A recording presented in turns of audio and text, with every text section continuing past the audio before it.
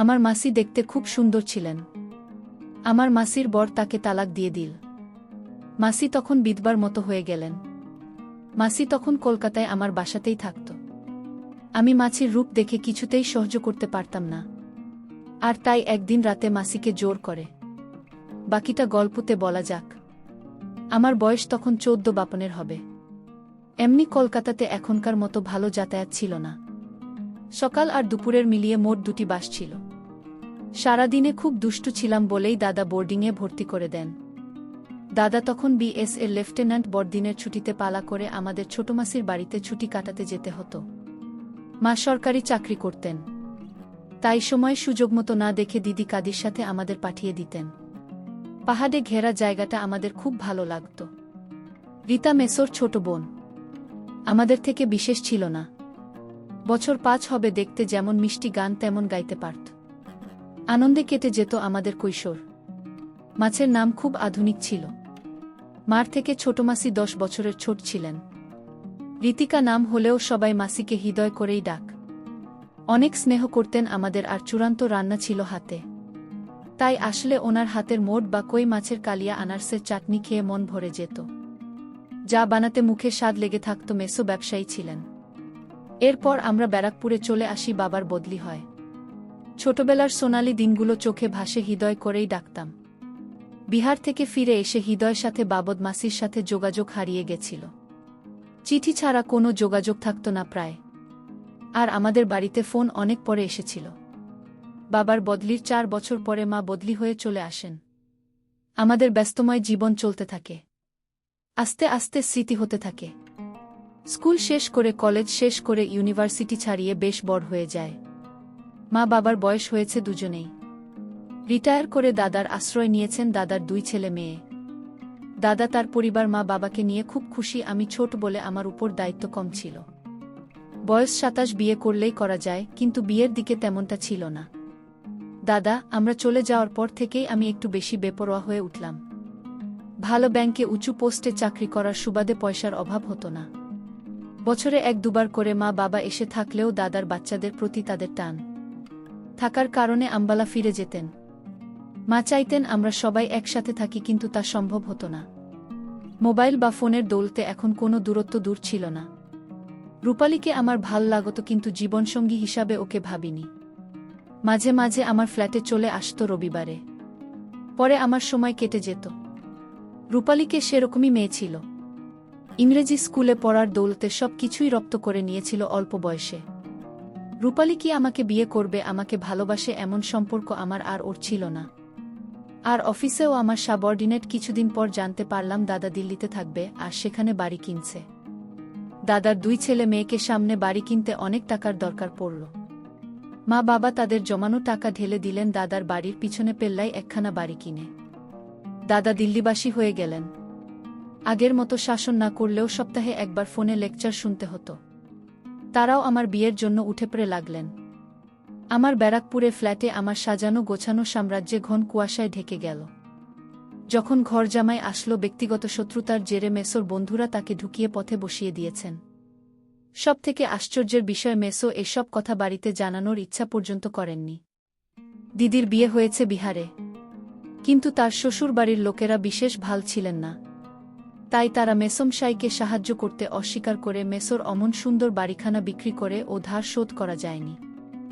এমন অবস্থায় মেসো আত্মহত্যার পথ বেছে নেন। চারিদিকে ইনের বোঝা আর পাওনাদারদের যন্ত্রণা নিয়ে ছোটমাসির জীবন এখন যন্ত্রণা প্রায়। তাদের একটি কন্যা সন্তান শ্রাবণী ক্লাস 10-এ পড়ে মাত্র, তাকে মেসো স্কুলে ভর্তি করিয়েছিলেন অনেক পয়সা খরচা করে।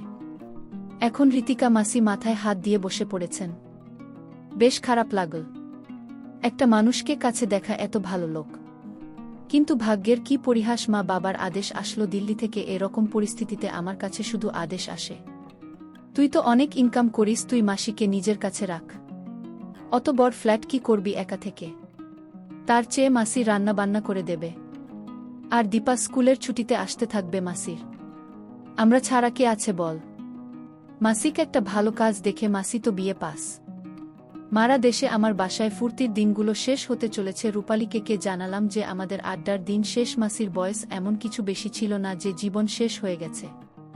35 শেষ করেছে সবে। কিন্তু এমন পুরা মহিলাকে ঘরে রাখা মানে নিজের সব প্রাইভেসিতে আমাদের বাধে।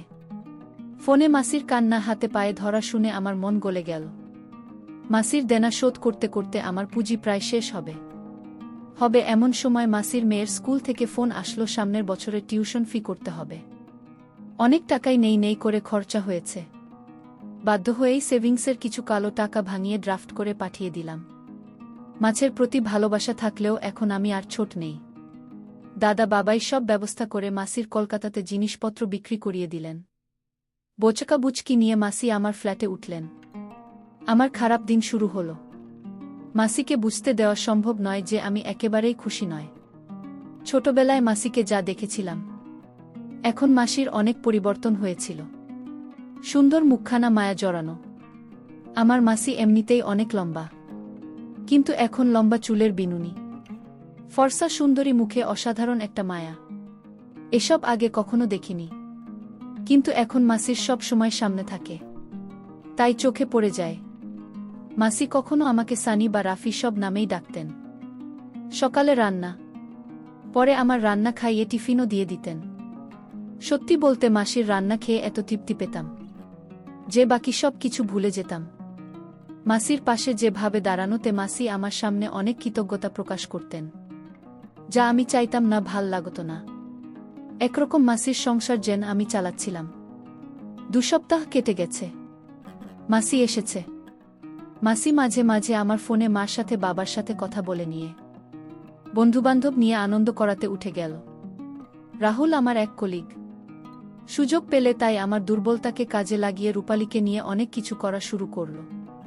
কাজ অফিস করতে করতে কেটে গেল 1 মাস। মনে মনে ভাবলাম 10টার পর মাসি তো নিজের ঘরে নিজের মতো থাকে, টিভি দেখে বা বই পড়ে। যদি বন্ধুর বাহানায় নিয়ে আসি কাউকে, ক্ষতি কি? আর মাছির ঘর পূবের বারান্দায়, আমি উত্তরে 2টা ঘর ছেড়ে থাকি। 2টা রান্নাঘর, 2টা বাথরুম। মাছির ঘর মাসির বাথরুমের সাথে। এভাবে আর কতদিন চলবে? মাসি থাকাতে আমার বাজে নেশা বন্ধ হয়ে গেল। কারণ মাসির সামনে যদি মেয়েদের নিয়ে আড্ডা দেই তাহলে মাসিমাকে বলে দেবে হয় মাসি আমার অসুবিধা বুঝতে পারত না। মাসি বুঝলেও নিরুপায় ছিল। অনেক ভেবে দেখলাম মাসি কাজে গেলে আমার অন্তত একটু সুবিধে নিশ্চয়ই হবে, কিন্তু কোথায় কাজে পাঠাব? মহাচিন্তা। শেষমেশ আমার ব্যাংকের জিএমকে বলে মাসিকে আমার ব্যাংকে মাসিকে স্টাফ হিসাবে ঢুকিয়ে দিলাম। শর্ত একটাই, অফিসে কাউকে বলা চলবে না যে আমি তার ভাগ্নে। কারণ আমি ব্যাংক ম্যানেজার, যদি সবাই জানতে পারে ঋতিকা আমার মাসি, তাহলে আমার অনেক অসুবিধা হবে। তাছাড়া মাসি একটা নর্মাল স্টাফ, আমি বস। যাই হোক, মাসি কাজে যোগ দেওয়াতে সত্যি স্বস্তির নিঃশ্বাস পড়ল। আমি অনেকটা ব্যক্তিগত জীবন ফিরে পেলাম। আস্তে আস্তে আরও 1 মাস কেটে গেল। সিগারেট ঘরে খেতাম। যেহেতু আমার টাকায় মাছের বাচ্চার পড়াশোনা চলত, সেই জন্য মাসির হাবভাব পাল্টে যেতে লাগল। এত বিনি ভাল লাগত না। এজেন্ট প্রভু ভৃত্যের মতো ব্যাপার স্যাপার, কেউ কাউকে কিছু না বললেও মাসি আর আমার সংযোগ এতটাই কমে গেল যে শুধু আমার প্রযোজনার চাহিদার কথাটুকু হতো। এর জন্য আমার ব্যস্ততা কতটা দায়ী তা আমি জানতাম না। ছুটির দিন ঘরে থাকতে ইচ্ছা করত না। গাড়ি ছিল একদিন, তাই মাছিকে গাড়ির স্বাদ উপভোগ করার খাতিরে বললাম, এখানে গাড়ি চালানো শিখে নাও, আমার বাজারের জন্য অপেক্ষা করতে হবে না। মাসি মাথা নিচু করে বলল, কাল খোঁজ নেব। আমি বিরক্ত হয়ে বললাম, আরে খোঁজ নিতে হবে কেন? বিশুদা রয়েছে তো, সব শিখিয়ে পড়িয়ে দেবে। মাসি চুপ করে নিজের ঘরে চলে গেল। বিশুদা আমার ড্রাইভার। সেদিন সোমবার রাতে ঘরে বিরক্ত হয়ে পার্টি ডাকলাম। আমার বিশেষ বন্ধু অরুণ, তার সহপাঠীদের সাথে ঋতিকার নীল।